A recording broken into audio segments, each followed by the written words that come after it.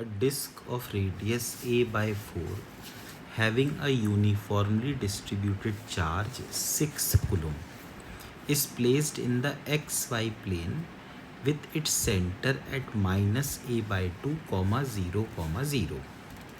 A rod of length a carrying a uniformly distributed charge 8 coulomb is placed on the x-axis from x equal to a by 4 to 5a by 4.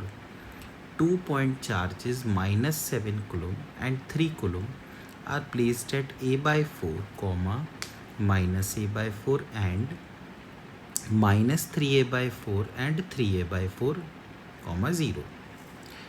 Consider a cubical surface formed by 6 surfaces.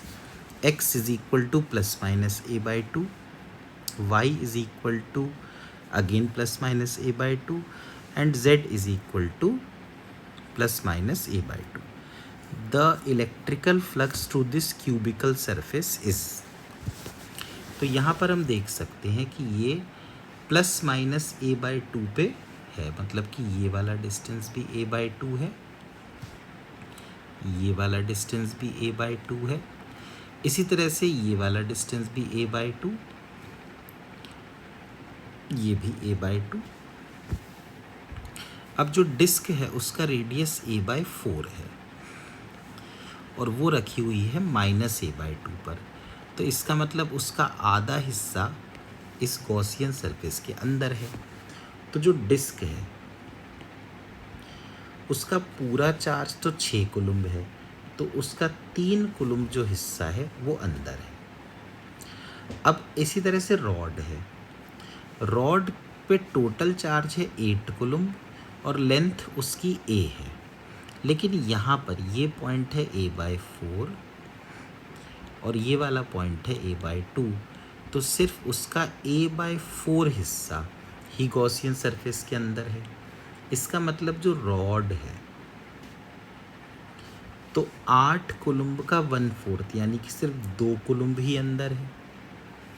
फिर एक charge है minus 7 coulomb. ये जो minus 7 coulomb है ये है a by 4, minus a by 4 पर, तो a by 4, minus a by 4 तो इस गॉसियन सरफेस के अंदर ही लाई करता है. तो जो चार्ज है माइनस 7 कुलम्ब वो इनसाइड है.